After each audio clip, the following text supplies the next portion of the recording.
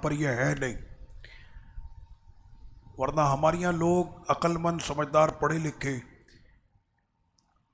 اور لبادہ بھی اسلام کا ہے اور بیٹھا بھی وہ پریس کانفرنس میں ہے، ساتھ میں کوئی دوسری پارٹی کا بندہ بھی بیٹھا ہے، اس کو یہ نہیں پتہ کہ سامنے جو تقریر اس کے لکھی ہوئی رکھی ہے وہ اس کے خلاف ہے جو ساتھ بیٹھا ہوا ہے، اور وہ پڑھنا بھی شروع کر دے تو پھر پیچھے سے کسی نے آ کے بتایا کہ صاحب یہ تو پڑوس والے کی کھنچائی کر رہے ہیں ہم، تو پھر مولوی صاحب سے والا پیپر لے لیا کہ نہیں یہ والی نہیں پڑھنی تھی، آپ نے یہ والی پڑھنی ہے۔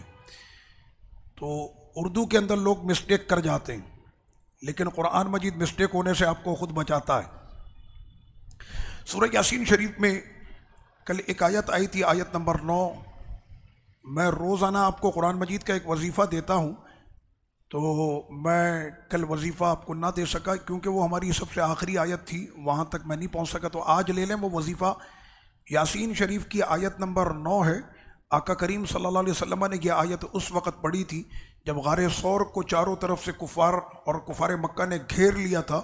آقا علیہ الصلوۃ والتسلیم ان کے بیچ میں سے ہی میرے سرکار جا رہے ہیں۔ میں نے کہا حضور جا رہے ہیں، وہ نظر نہیں آئے ان کو، تو اس کی دو وجہ ہے۔ ایک تو یہ ہے کہ سرکار نے ان کے سر پہ ڈالی مٹی، اور ساتھ میں پڑھی آیت کون سی، وَجَعَلْنَا مِن بَيْنِ أَيْدِيهِمْ سَدًّا وَمِنْ خَلْفِهِمْ سَدًّا فَأَغْشَيْنَاهُمْ فَهُمْ لَا يُبْصِرُونَ، کہ اللہ نے ان کے سامنے ان کے پیچھے دائیں بائیں سارے پردے رکھ دیے اور وہ کچھ بھی نہیں دیکھ سکتے۔ ایک مطلب تو یہ ہے، اور بالکل حقیقی معنی یہی ہے، لیکن میں اپنی محبت سے ایک بات کہنا چاہتا ہوں۔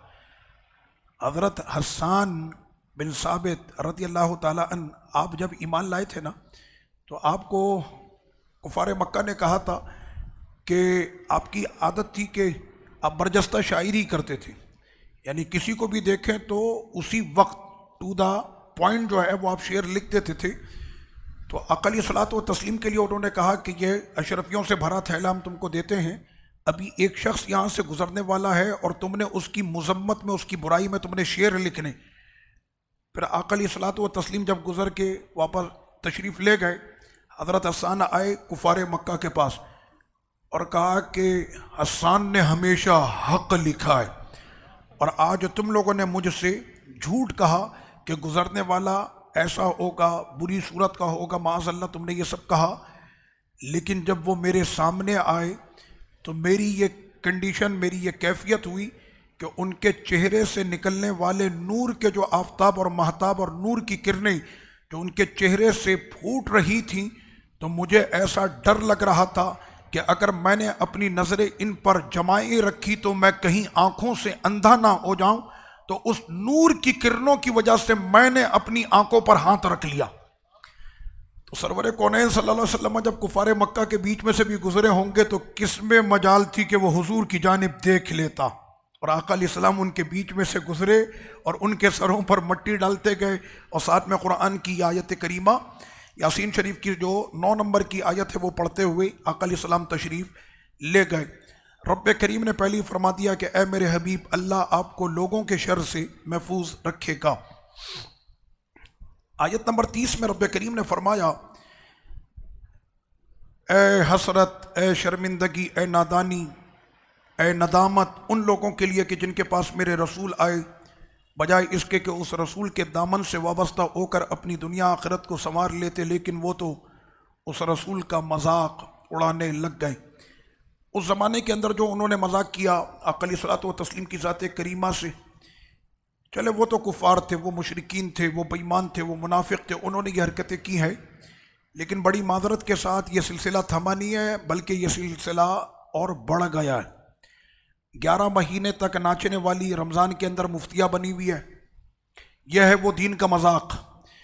تو آپ دیکھ لیں اس وقت میں جو رمضان شریف کے ایک تقدس کو پامال کیا جا رہا ہے، مجھے تو بڑی حیرت ہوتی ہے کہ آج ہمارا دین بھی معاذ اللہ وہ پورا کمرشل ہو چکا ہے، یعنی اس کے اندر بھی ہم نے دہاڑی لگانی ہے، وہ دین کے اندر بھی ہم نے دہاڑی لگانی ہے معاذ اللہ۔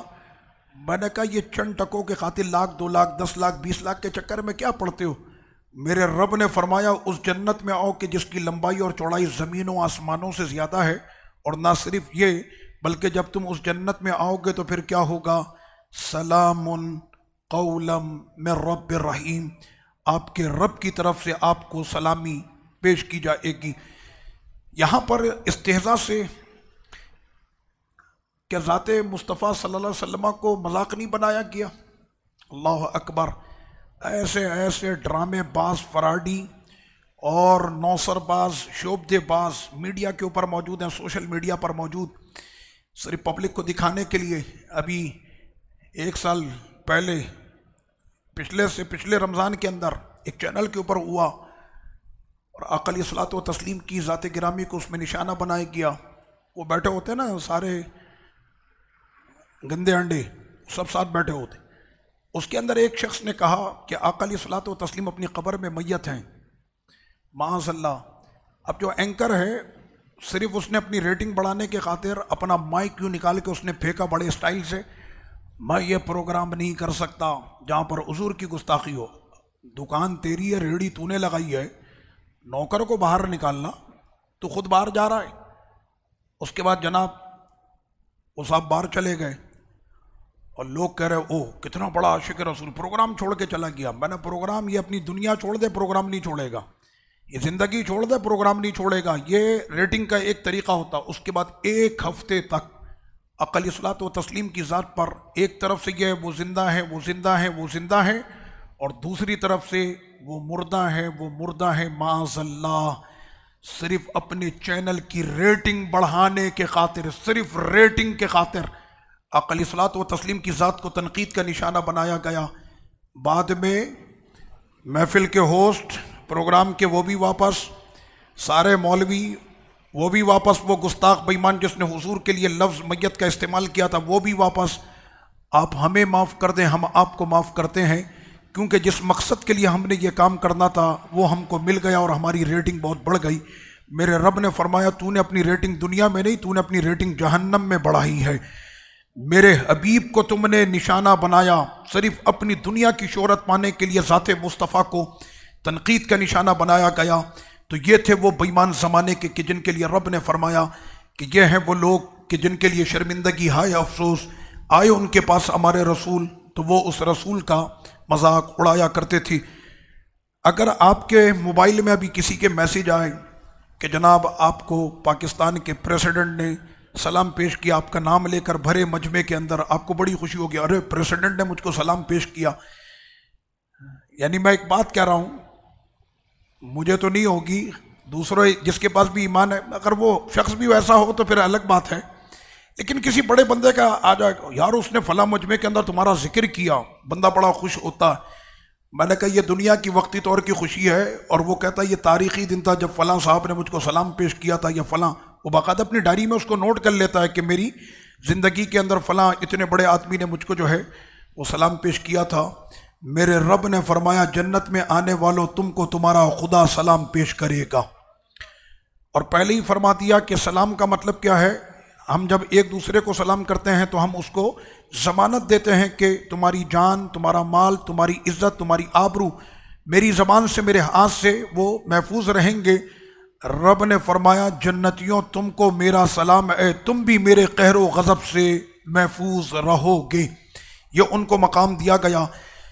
جب جنتی جنت میں ہوں گے تو رب کریم ایسے، اب یہاں پر میں آج وہ کتاب بھی لایا کہ ہمارے فضیلت الشیخ نے، اصل میں تفسیر جب دیکھ رہا تھا تو قبلہ فضیلت الشیخ ڈاکٹر محمد عبدالستار السید حفظہ اللہ شام کے حسینی بزرگ فرماتے ہیں سلام قولا من رب الرحیم، اس کی تفسیر میں سلام من اللہ عندما یقول السلام، کہ جس وقت میں یہ سلام یہ رب کی طرف سے ہے اور بندہ جب سلام کرتا ہے اطمن لک سلاما تاما واطمئنانا تاما منا الا یصیبک مکروہ، کہ وہ اس بات کی ضمانت دیتا ہے کہ میرے ہاتھ پاؤں سے آپ کو، میری زبان سے آپ کو کوئی بھی جو ہے وہ مصیبت نہیں پہنچے گی۔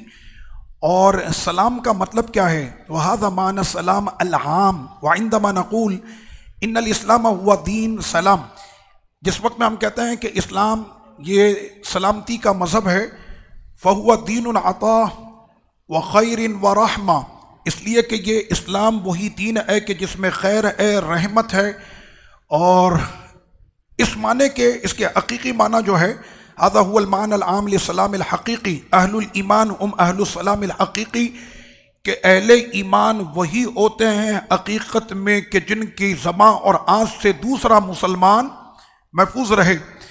تو قبلہ فضیلت الشیخ نے یہاں پر اس حدیث کو بھی نقل کیا کہ رب کریم سرور کونین صلی اللہ علیہ وسلم نے ارشاد فرمایا اعطا ھذا السلام لیس مناولۃ عن طریق الملائکہ۔ عام طور پر سرکار کی بارگاہ میں جو سلام آتے تو وہ فرشتے جبریل امی لے کر وہ سلام آیا کرتے تھے، لیکن جو جنت میں موجود ہوں گے ان کو جبریل سلام لے کر نہیں آئیں گے، ولیکن قولا مباشر، یہ ہے وہ معنی، مباشر کہتے ہیں لائف، جیسے ہم پروگرام کہتے ہیں نا بھائی لائف چل رہا ہے، تو قولا مباشر کے مباشرت کے طور پر، یعنی حقیقی طور پر کہ جس وقت میں جنتی جنت میں موجود ہوں گے اس وقت وہ رب قدیر ان کو سلام پیش کرے گا۔ کیا مقام ہوگا ان جنتیوں کا کہ رب کریم جو ہے ان کو سلام پیش کرے گا۔ اسی وجہ سے آقا علیہ الصلوۃ والتسلیم نے ارشاد فرمایا کہ بین اہل الجنت فی نعیمہم اسطح لہم نور۔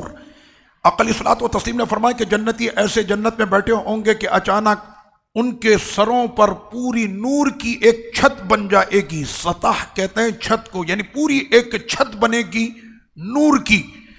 فرفعوا رؤوسہم، تو جنتی ایسے اپنے سروں کو اٹھا کر دیکھ رہے ہوں گے۔ فَإِذَا الرَّبُّ فَقَدْ أَشْرَفَ عَلَيْهِمْ مِنْ فَوْقِهِمْ، تو وہ دیکھیں گے کہ ان کا رب اپنے ان جنتی بندوں کو دیکھ رہا ہے اور ان کو یہ شرف بخش رہا ہے کہ رب کریم ان پر سائے رحمت کیے ہوئے، اور اس وقت میں آواز آئے گی فقال السلام علیکم یا اہل الجنہ، سلام او تم پر اے جنتیوں۔ اور یہ ہے مطلب سلام قولا من رب الرحیم، یہ اس آیت کا مطلب ہے۔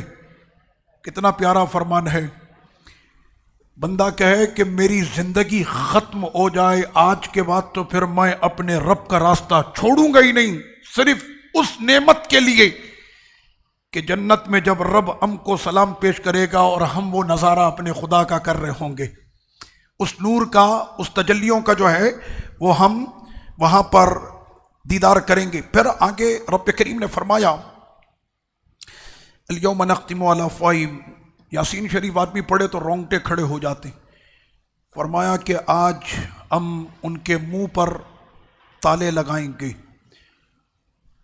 اور بات کریں گے ان کے ہاتھ اور گواہی دیں گے ان کے پاؤں جو وہ دنیا میں کیا کرتے تھے۔ بندہ تھوڑی دیر کے لیے بس اتنا تصور کر لے، رب کے حضور کھڑا ہے۔ ہمارے یہاں تو اگر کوئی بندہ غلط کر کے ایس ایچ او کے سامنے کھڑا ہو جائے تو اس کی ٹانگیں کانپنے لگتی ہے کہ وہ تھانے دار کے سامنے کھڑا ہے، ابھی نہ جانے اس کے ساتھ کیا سلوک کیا جائے۔ تھوڑی دیر کے لیے بندہ اگر یہ تصور کرے کہ وہ اپنے رب کے حضور کھڑا ہے اور جرم اس نے کیے، لیکن میرے رب نے فرمایا کہ آج منہ، زبان، ہاتھ اور پیر یہ باتیں کریں گے، آنکھیں یہ باتیں کریں گی، جسم کے ایک ایک بال میں سے اس کی جو ہے وہ بات کی جائے گی۔ بندہ جس وقت میں جھوٹ بولتا تو جھوٹ بولتے بولتے وہ اتنا عادی ہو جاتا ہے جھوٹ کا کہ جس وقت میں فرشتے وہ اعمال سامنے رکھیں گے کہ آپ نے اپنے بلوغ سے لے کر اپنی موت تک آپ نے یہ نیکیاں کی اور آپ نے یہ برے کام کیے، تو وہ مکر جائے گا، میں نے یہ کام نہیں کیے۔ مجھے بتائیں جن لوگوں کو پورا ملک، پوری دنیا چور کہے، آپ جا کر اس سے پوچھ لیں بھائی تو چور ہے، وہ کہے گا وہ کس نے کہہ دیا، ساری جھوٹی ایف آئی آر ہیں، سارے کیس جھوٹے، ہماری حکومت آنے دو، ساری کیس ہم پینڈنگ میں ڈال دیں گے۔ پھر اگلی آئے گی اس کی باری، پھر وہ کہے گا یہ چور، وہ کہے گا وہ چور۔ تو آدمی کو جھوٹ بولتے بولتے پھر اس کے دل پر اتنے یقین کی مہر لگ جاتی ہے کہ پھر وہ اپنے آپ کو چور بھی ایکسیپٹ نہیں کرتا۔ نہ صرف یہ کہ وہ دنیا میں جھوٹ بولے گا، بلکہ جب وہ محشر میں اپنے رب کے حضور کھڑا ہوگا تو جھوٹ بولنے کی عادت سے وہ دھڑلہ ہو کر رب کے سامنے بھی جھوٹ بولے گا۔ تو اس وقت میں فرمایا جائے گا لگاؤ اس کے منہ پر اب تالا، اور اس کے بعد پھر اس کے اپنے ہاتھ بولنا شروع کریں گے کہ فلاں وقت میں، فلاں دن میں، فلاں تاریخ میں، فلاں مقام پر آپ نے انہی ہاتھوں سے یہ ناجائز کام کیا تھا، یہ ناجائز کیا، یہ ناجائز کیا، ان پیروں سے چل کر آپ جہاں گئے تھے تو پیر بولنا شروع کریں گے، اور اس وقت میں اس کو ماننا پڑے گا کہ یہ سارے گناہ میں نے کیے ہیں، کیونکہ اب تو اپنا جسم ہی اپنے خلاف ہو گیا۔ آج شور یہ ہوتا ہے کہ جناب یہ بک گیا، وہ اتنے میں بک گیا، اس کی وجہ سے ہمارا یہ مسئلہ ہوا، اس کی وجہ سے اقتدار چلا گیا۔ میرے رب نے فرمایا اس دن کوئی نہیں بکے گا، اس دن تمہارا اپنا آپ تمہارے خلاف ہوگا، تمہاری آنکھ تمہارے خلاف ہوگی، تمہاری زبان تمہارے خلاف ہوگی، تمہارے پاؤں، تمہارے جسم کے ایک ایک روئے سے ہم تمہارے خلاف گواہی بھی دلوا دیں گے کہ تم نے کیا کیا۔ اور اگر تم تب بھی مصر ہو تو یہ یاد رکھنا، یہ کاندھوں پر رقیب اور عتید دو موجود ہیں، تمہارے ایک ایک لفظ اور نقل و حرکت کو وہ لکھتے رہتے ہیں۔ پھر رب کریم نے آگے فرمایا اسی یاسین شریف میں آیت نمبر 28 میں فرمایا، آقا علیہ السلام کی بارگاہ میں غالباً عتبہ آیا اور ساتھ میں کسی مردے کی بہت پرانی ہڈی لے کر آیا، اور حضور کے سامنے اس نے اس ہڈی کو ایسے کر کے مل کر برادہ بنایا، اور برادہ بنانے کے بعد اس نے کہا اب اس برادے کو کون زندہ کرے گا؟ میرے رب نے فرمایا او بے وقوف انسان، تو اس برادے کی بات کرتا ہے، وَضَرَبَ لَنَا مَثَل، تو مثال پیش کرتا ہے برادہ بنا کر، وَنَسِيَ خَلْقَ، اور بھول گیا یہ جو 6 فٹ کا تیرا وجود کھڑا ہے یہ تو پہلے برادہ تھا بھی نہیں، تو اللہ نے عدم سے وجود میں جب تجھ کو لا سکتا ہے تو اس برادے کو بھی رب کریم پھر دوبارہ زندہ کر سکتا ہے۔ تو وہ یہ انہی لوگوں کے لیے مثال میرے رب نے دی، مَن یحیی العظام وہی رمیم، کون ہے کہ جو ان ہڈیوں کو زندگی دے گا؟ قل، حبیب اب آپ ان سے کہیے، یحییھا الذی انشأھا اول مرہ، وہی ان ہڈیوں کو زندگی دے گا جس نے پہلی مرتبہ بغیر ہڈیوں کے زندگی دی تھی، تو وہ دوبارہ زندگی دے گا اور دوبارہ اسی کی طرف لوٹ کر جانا ہے۔ اس حال میں پہنچے رب کریم کی بارگاہ میں کہ ہمارا رب ہم سے راضی ہو۔ سورہ صافات میں ایک آیت بہت اہم ہے تو میں نے سوچا کہ اس کو بیان کروں، آیت نمبر 24، وَقِفُوهُمْ إِنَّهُمْ مَسْئُولُونَ، ان کے ساتھ کھڑے رہنا جن کے تم ذمہ دار ہو۔ باپ ہے تو بیٹے کا ذمہ دار، بیٹا ہے تو ماں باپ کا وہ ذمہ دار، اگر وہ کسی منصب پر ہے تو اس کے ہینڈ کے نیچے یعنی اس کے ہاتھ کے نیچے جتنے بھی لوگ ہیں ان سب کا وہ ذمہ دار ہے، اور اگر کرسی اس کو اقتدار کی مل جائے تو وہ پورے ملک کا پھر ذمہ دار ہے۔ کرسی لینے کی طلب تو بہت ہوتی ہے، صحابہ کرام علیہم الرضوان سے کوئی پوچھے کہ کیا آپ لوگوں کو کرسی کی طلب تھی تو وہ تو روتے تھے کہ ان منصب کے حق ہم ادا کیسے کریں گے۔ صدیق اکبر، فاروق اعظم، عثمان غنی، مولا علی، جب ان کی سیرت کو آپ اٹھا کر دیکھیں تو یہ ہمیشہ یہی کہتے تھے کہ اس کرسی کا حق ہم ادا کیسے کریں گے، کیونکہ ذمہ داری بڑی ہے۔ اگر پتہ چل جائے کہ اس کرسی کو یا کوئی بھی کرسی، میں جس کرسی پر بیٹھا ہوں اس کرسی کا بھی حق ہے، اگر میں نے اس کرسی کا حق ادا نہ کیا تو سب سے زیادہ پکڑ تو میری ہے، کیونکہ معاشرے کے اندر سب سے بڑا کردار عالم کا ہوتا۔ جہنم کی آگ العیاذ باللہ، اس کے آغاز میں بھی علماء ہوں گے، وہ علماء کہ جنہوں نے اپنی زندگی کو صرف مال کمانے کے لیے رکھا، جنہوں نے اپنی زندگی کو صرف آسائشوں اور اپنے آرام کے لیے رکھا، اور اپنے علم کو ڈھال بنا کر قوم سے ہاتھ چمواتے رہے اور اپنے بنگلے اور کوٹھیاں بناتے رہے۔ میرے رب نے فرمایا کہ ان سب کو جواب دینا پڑے گا۔ اسی وجہ سے علماء اکرام نے، امام اعظم، امام مالک، امام شافعی، امام احمد، ان کی زندگیاں جیلوں میں گزری، کوڑے کھاتے ہوئے گزری، ان کے چہروں پر کالک ملی گئی، اور یہ اسی حال میں دنیا سے چلے گئے کیونکہ کلمہ حق بولتے تھے۔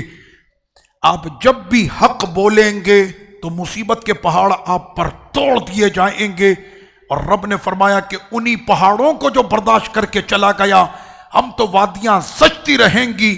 کل کا دن گزرا تھا بدر کا، تو کیا سمجھ رہے ہیں کہ بدر آنے کے بعد اب وہ دن دوبارہ نہیں؟ کیا اب بدر کی حاجت نہیں، مرتے دم تک آزمائشوں کے یہ سلسلے چلتے رہیں گے، اور کلمہ حق تم کو بولنا پڑے گا۔ اسی لیے رب نے فرمایا وقفوہم، تم جن کے ذمہ دار بنے تو ان کی مشکل میں ان کے ساتھ ہمیشہ کھڑے رہنا، اور اگر تم نے وہ ذمہ داری کا حق ادا نہ کیا، ایک ہوتا ہے فقیر، فقیر کے پاس پیسہ نہیں ہے، وہ کسی کو دے بھی نہیں سکتا، وہ فقیر ہے، تو میرے رب نے فرمایا کہ تم یہ نہیں سمجھنا امیر، تم یہ نہیں سمجھنا کہ تم کو پیسہ دی اس لیے دیا ہے کہ تم فقیر کے سامنے بھرم مارو، تم فقیر کے سامنے اکڑ کر چلو، یہ فقیر ہے، وہ فقیر اللہ کا بندہ ہے، اس کو بھی پیدا میرے خدا نے کیا ہے، بس یہ مال رب نے تم کو دے دیا، ساتھ میں ڈیوٹی بھی تمہارے اوپر ڈال دی، وقفوہم، اب اس کے ساتھ کھڑے رہنا تمہاری ڈیوٹی ہے، انہم مسئولون، تم سارے مسئول و ذمہ دار ہو، مال تم کو دے دیا ہے، اس کا حق دے دینا، اس کا حق دے دینا، اس کا حق دے دینا، اس کا حق دے دینا، اور اگر تم نے ان کا حق نہ دیا تو پھر آؤ، پھر ہم تم کو بتائیں گے کہ حق لیتے کیسے ہیں، پھر ہم لے کر تم کو بتائیں گے کہ حق لیا کیسے جاتا ہے۔ یہ جو پیسے والا یہ سمجھتا ہے فقیر کو دیکھ کے میں آئی ایم دا بیسٹ، میں سب سے اچھا تاجر، میں سب سے اچھا سمجھدار، میں سب سے زیادہ پیسے والا، سب سے خوبصورت مکان میرا، سب سے اچھی سواری میری، رب نے فرمایا ہم نے دی ہے، اس میں تمہارا کوئی کمال ہے نہیں، کیونکہ جو کھوپڑی تمہارے پاس ہے وہی اس کے پاس ہے، جو ہاتھ اور ناک تمہارے پاس ہے وہی اس کے پاس ہے، یہ تو مقدر کے فیصلے تھے، وہ جب قبر میں جائے گا کہے گا مالک کچھ تھا ہی نہیں، حساب کس بات کا، لیکن جو اتنے نوٹوں کی گڈیاں تھپیاں لگا کر بیٹھا، جمع مالا و عددا، اور روز بیٹھ کر گنتا ہے اسے کتنے بڑے اور آج کتنے بڑے، فرمایا مال لو کماؤ مسئلہ نہیں، لیکن ساتھ میں دل بھی عثمان غنی کا رکھنا، یہ مال تمہارے لیے نہیں، نہ تمہاری عیش و عشرت کے لیے، نہ تمہارے عیش و عشرت کے لیے۔ ابھی رمضان شریف کا مہینہ چل رہا ہے، بہت سارے لوگ مدینہ شریف پہنچے ہوئے ہیں، پہنچے کہ نہیں پہنچے، 2.5 لاکھ روپے کا اس وقت عمرہ ہے، جو عمرہ کبھی لاکھ روپے کا ہوتا تھا، 80,000 اور 70,000 کا ہوتا تھا، وہ ابھی 2.5 لاکھ، اور اس ٹائم تو سنا ہے کہ اور اوپر ریٹ جا چکے ہیں، 3 لاکھ 3.5 لاکھ روپے پہ ایک عمرہ۔ پیسے والا اتنے سے بچے کو بھی لے کر جا رہا ہے، پیسے والا ہے لے کر جا رہا ہے، خیر اللہ پاک اس کی نیت کو دیکھتا ہے، اس کی حاضری رب کریم قبول فرمائے۔ لیکن یہاں پر ساتھ میں ایک بات ضرور کہوں گا، کیا اس نے اس بچے کے اوپر بھی پیسہ وہ پورا لیں گے؟ 3.5 لاکھ ہے تو اتنے والے کا میں سمجھتا ہوں 2.5 لاکھ روپے تو خرچہ آئے گا۔ حج کے لیے لوگ جاتے ہیں جن کے پاس پیسہ بہت ہے، تو وہ نابالغ بچوں کو حج کے لیے لے جاتے ہیں، نابالغ بچوں کو حج کے لیے لے جاتے ہیں، ابھی اس پر حج فرضی نہیں ہے، کیونکہ جب یہ بالغ ہوگا تو اس کو پھر دوبارہ حج کرنا پڑے گا، حج کے لیے بالغ ہونا شرط ہے۔ اب یہ گیا حج کرنے کے لیے 8 لاکھ کا حج، یہ کورونا سے پہلے کی میں بات کر رہا ہوں، 8 لاکھ کا حج تھا، جب فقیر آخری مرتبہ حج کے لیے گیا تو اس ٹائم پر کوئی 8 لاکھ کا، یعنی پرائیویٹ میں 8 لاکھ کا حج تھا، تو وہ 8 لاکھ دے کر بہت سے لوگوں کو میں نے دیکھا، ایک نہیں 2 بچے لے کر آئے، 3 بچے لے کر آئے، تو اگر وہ 3 بچے لے کر آئے تو 24 لاکھ اس نے بچے کے پے کیے، کیونکہ حج کے اندر پیمنٹ آپ چاہے گود کا بچہ بھی لے آئیں پیمنٹ پوری ہوتی ہے۔ تو ایسے وقت میں آپ نے کیا معاشرے کے اندر نظر ڈالی؟ کیا آپ نے سب کا حق ادا کر دیا تھا؟ آپ کے گھر میں بہت سارے ملازم تھے، آپ کی فیکٹری کے اندر بہت سارے ایسے لوگ تھے، کسی کی ماں بیمار تھی، کسی کی کوئی مصیبت تھی، کسی کی کوئی پریشانی، اس بچے کا حج کرنا تمہارے لیے لازم، ضروری، فرض، واجب، سنت نہیں تھا، لیکن اس مجبور کی مجبوری کو دور کرنا تم پر لازم تھا۔ اگر تم نے نہیں کیا تو پھر وہاں پر ہوگی گرفت، کہ آپ نے وہ کام نہیں کیا اور آپ نے یہ کام کیا۔ اس کے اندر بھی لوگوں کا یہ ہوتا ہے، بھائی میں تو پوری فیملی کے ساتھ جا رہا ہوں، اب ایک فقیر بیٹھا ہوا ہے، اس کے پاس پیسہ ہی نہیں ہے، لیکن اس کے دل میں حضور کے عشق کی تڑپ اتنی ہے کہ صرف حضور کا نام لو تو اس کی آنکھ میں آنسو آ جاتے ہیں۔ وہ اگر مدینہ نہ بھی کیا ہے، وہ جہاں پر بیٹھا ہے رب نے اس کے لیے وہی مدینہ بنا دیا۔ یہاں پر یہ مسئلے اس طرح سے ہیں، صحیح ہے مدینہ شریف کی حاضری بہت بڑا شرف اور اعزاز ہے، اللہ پاک عطا فرمائے، لیکن جس کے سر پر جو ذمہ داری پڑی ہے نا، اس کو وہ ذمہ داری پوری کرنی پڑے گی۔ آپ کے گھروں میں نوکر ہوتے ہیں، آپ کی دکانوں پہ، آپ کی فیکٹریوں میں، آپ کے بزنس میں، ہر ایک کے نیچے کوئی نہ کوئی تو ہوتا ہے نا، ان سب کی ذمہ داری آپ کو ادا کرنی ہے۔ عید پر جوڑے خریدیں گے اپنے بچوں کے لیے، اس سے بھی پوچھئے گا کہ اس نے اپنے بچوں کے لیے جوڑے خریدے کہ نہیں، اپنی بیوی کا جوڑا اس نے خریدا کہ نہیں؟ جس طرح پیسے والا یہ تمنا کرتا ہے کہ عید کے دن میرا بچہ سب سے خوبصورت نظر آئے، سب سے اچھے خوبصورت کپڑے پہنے، سب سے پیارا میرا بچہ دکھے، اور جس وقت میں وہ اعلیٰ قسم کے کپڑے پہن کے نکلتا اور اس کے سامنے وہ غریب کا بچہ جس کے پاس پہننے کے کپڑے نہیں ہوتے، تو اس باپ کے سینے پر بھی تو کچھ گزرتی ہوگی، اے اللہ مجھ کو بھی اتنا دیا ہوتا کہ میں بھی اپنے بچے کو کوئی اچھا کپڑا پہنا دیتا۔ تو رب نے فرمایا کہ ہم نے ذمہ داری اس کو بنایا، اب جو اس کا دل ٹوٹا ہے نا، اب قیمت تم سے دگنی وصول کی جائے گی۔ ایک قیمت تو یہ کہ تم نے اس کا حق نہیں دیا، اور دوسری قیمت یہ ہے کہ جو تم نے اس کی دل آزاری کی ہے اب تمہیں اس کا جواب دینا پڑے گا۔ یہ فرمایا میرے رب نے وقفوہم انہم مسئولون، تم ذمہ دار ہو ان ذمہ داریوں کے جس پر رب نے تم کو ذمہ داری عطا فرمائی ہے۔ سیدنا ابراہیم علیہ السلام کا یہ ذکر میں نے آپ کے سامنے کر دیا، میں صرف ترجمہ کرتا ہوں تاکہ برکت ہم کو نصیب ہو۔ حضرت سیدنا اسماعیل علیہ السلام حضرت ابراہیم علیہ السلام کے وہ لختے جگر کہ جو ان کو بہت بڑی عمر میں جا کر ملے، 12ویں سپارے میں وہ ذکر گزرا تھا۔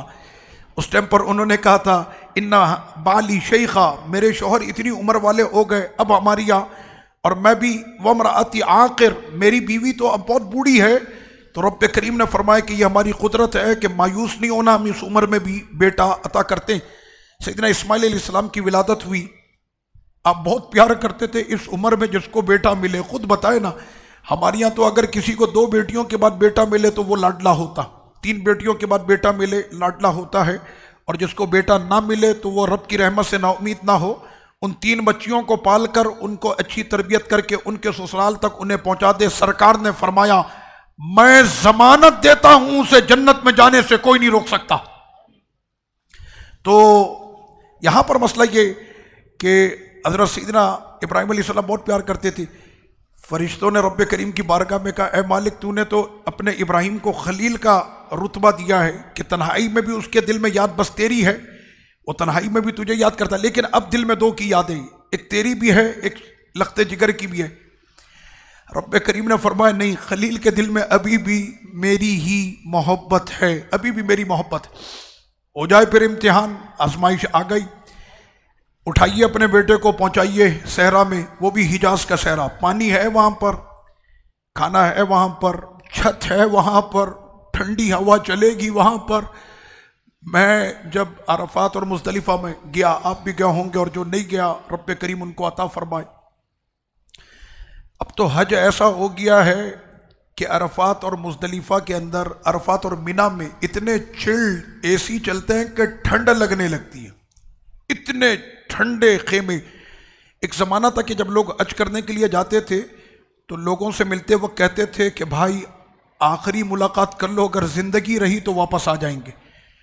اور جس وقت میں لوگ پانی جہاز سے جاتے تھے حج کے لیے تو کئی ایسے بھی عمر رسیدہ ہوتے تھے، کیونکہ اس زمانے میں کوئی ایسا ٹرینڈ چل رہا تھا کہ عمر رسیدہ لوگ جاتے تھے حج کرنے کے لیے، جوانوں کا نہیں۔ اب تو اللہ کا شکر ہے کہ میں دیکھ رہا ہوں کہ جوانوں کی تعداد زیادہ ہے حج کے لیے۔ تو وہ پانی جہاز میں ان کو 20-22 دن لگتے تھے پہنچنے کے اندر، 15 دن کچھ اس طرح سے۔ تو راستے میں ان کی موت ہو جاتی تھی تو ان کے سینے پر پتھر باندھ کر کفن پہنا کر ان کو سمندر برد کر دیا جاتا تھا۔ لوگ سمجھے کہ مچھلیاں اسے کھا گئی ہوں گی، لیکن مقام اس کا یہ ہو گیا کہ اب یہ قیامت تک حج کرتا رہے گا۔ جو حج کے سفر میں مر جائے تو وہ پھر قیامت تک اس کو حج کا شرف ملتا رہے گا۔ تو اس زمانے میں لوگ اس طرح سے حج کے لیے جاتے، اب اتنا وہ ہو گیا۔ تو میں بات کر رہا ہوں اس زمانے کی کہ نہ چھت ہے، نہ سائبان ہے، نہ خیمہ ہے، وہاں پر کچھ بھی ایسا نہیں۔ تو سیدنا ابراہیم علیہ السلام کو حکم کے زوجہ کو کہیں بیٹے کو لے کر وہاں چلے جائیں، چلی گئیں، رب کا حکم تھا چلی گئی۔ ابھی بیٹا پیدا ہوا ہے، ابھی تو باپ نے وہ جو بیٹے کی خوشبو ہوتی ہے نا، وہ خوشبو بھی نہیں پائی۔ فرمایا لے جائیں، بیچ دیں، بیچ دیا، رب کا حکم ہے کیا کرے، بیچ دیا۔ اس کے بعد اب یہ دیکھے کہ 5 سال اس بیٹے کی جدائی میں باپ کی زبان پر ناشکری کا لفظ نہیں۔ رب کو راضی کرنا آزمائش ہے، راضی کرنا ہے۔ 5 سال تقریباً کوئی اتنا وقت گزر گیا، پھر دوسرا حکم آیا، دل میں ابھی بھی اسماعیل کی یادیں ہیں، ایک اور آزمائش ہونی چاہیے، سب سے پیاری چیز قربان کریں، اونٹ قربان کیے، نہیں اور پیاری چیز اور زیادہ کر دیے، نہیں اور پیاری، فرمایا ٹھیک ہے سمجھ گیا، بیٹے کو قربان کرنے کا حکم آ رہا۔ اب سیدنا ابراہیم علیہ السلام چلے، پہنچے سیدہ حاجرہ کے پاس، زوجہ ہے اسماعیل علیہ السلام کی والدہ، کہا کہ میرے پیارے کو تیار کرو، آج اس کی حاضری بہت بڑے دربار میں، خوبصورت تیار کرو۔ میں کہتا ہوں یہ الفاظ کہتے ہوئے ابراہیم علیہ السلام پہ پورا جہاں قربان، کہ جس وقت میں آپ نے یہ الفاظ ارشاد فرمائے ہوں گے کہنے اس کو بہت خوبصورت تیار کرو، بہت بڑی بارگاہ میں حاضری ہے۔ اب جب وہ تیار ہو گئے، ہمارے یہاں ہوتا ہے نا کوئی باپ باہر سے آتا ہے، ابھی عید کے دنوں میں بہت سے والد ایسے جو باہر کام کرتے ہیں، وہ عید منانے کے لیے آئیں گے تو بچوں کے لیے تحفے لے کر آتے کہ اتنے دن کے بعد میں جا رہا ہوں، 5 سال کے بعد لخت جگر کو دیکھنے کے لیے جا رہے، اور یہ کائنات کا واحد وہ والد ہوگا جو اپنے ساتھ چھری لے کے جا رہا ہے۔ اور سیدنا اسماعیل علیہ السلام کو پھر لے کر حضرت ابراہیم علیہ السلام جب چلے ہیں تو وہ وقت اور وہ گھڑی ایسی، فلما بلغ معه السعی، آیت نمبر ہے 102 سورۃ الصافات، کہ جب سیدنا ابراہیم اسماعیل علیہ السلام چلنے لگے، قال یا بنی انی اری فی المنام، اب ایسے انگلی تھام کر بیٹا جا رہا ہے۔ وہ باپ بیٹے کی گفتگو ہوتی ہے، بچہ چلتا ہے نا جب باپ کے ساتھ، ابو مجھے یہ دلا دیں، ابو مجھے سائیکل چاہیے، وہ انگلی تھام کر وہ سمجھتا ہے یہی تو میرا باپ ہے جو مانگوں گا دے گا۔ لیکن یہاں پر باپ اپنے بیٹے سے کہہ رہا ہے کہ بیٹا میں نے خواب دیکھا ہے، اس میں دیکھتا ہوں کہ میں اذبحو کا، میں تم کو ذبح کر رہا ہوں، فانظر ماذا ترى، تو تم میرے اس خواب کے بارے میں کیا کہتے ہو؟ ہم بچے سے کبھی رائے لیتے نہیں کہ بیٹا میں بنگلہ خرید رہا ہوں تمہارا کیا خیال ہے، 5 سال کے بچے سے کوئی رائے نہیں لیتا، میں دکان خرید رہا ہوں، میں بزنس کر رہا ہوں تمہارا کیا خیال ہے، ہمیں حج پہ جانا تمہارا کیا خیال ہے۔ سیدنا ابراہیم علیہ السلام ان سے رائے لے رہے ہیں، کہ ٹیشو دینا، جواد ٹیشو دو۔ سیدنا ابراہیم علیہ السلام جو ہے وہ نکال کے،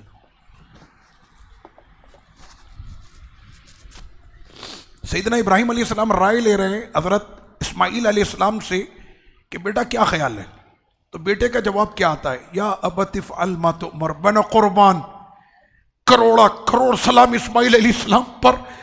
کہنے لگے بابا جان جو آپ نے کہا وہ کر گزریے، ستجدنی انشاءاللہ من الصابرین، اگر میرے رب نے چاہا تو انشاءاللہ میں اف بھی اپنے منہ سے نہیں کہوں گا۔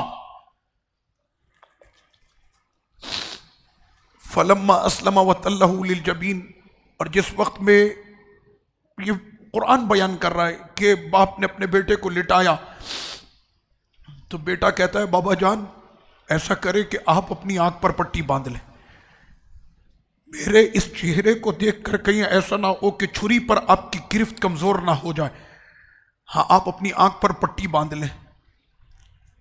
اور اس طرح سے سیدنا ابراہیم علیہ السلام نے اپنی آنکھ پر پٹی باندھی، اور حضرت اسماعیل علیہ السلام کے حلق پر جب وہ چھری رکھی، وَنَادَيْنَاهُ أَن يَا إِبْرَاهِيمُ، اس وقت رب کریم نے فرمایا او پیارے خلیلہ جو تو نے جو وعدہ کیا تھا اسے پورا کر دیا۔